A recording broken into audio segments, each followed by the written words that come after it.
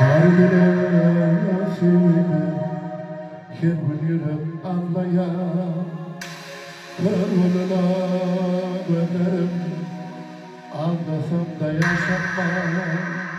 Benim filtre yaşayışım, canımdan edil görünüm, nerede döndüm ana, tüyü bir hala.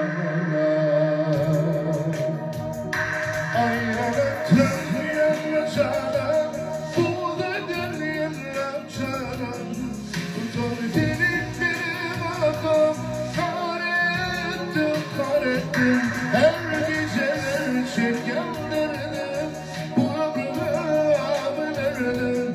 Seni yoluma bucuk geldim, kare ettim, kare ettim.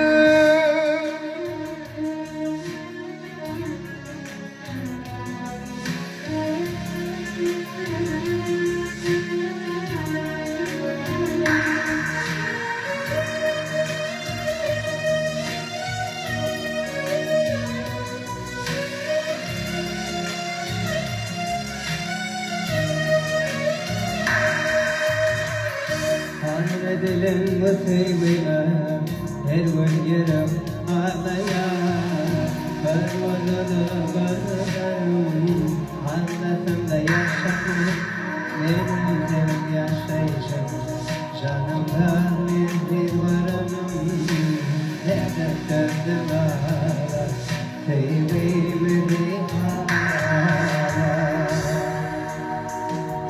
Aynalardan yanacağım, bu dönüm canım, korbayıp benim ahım,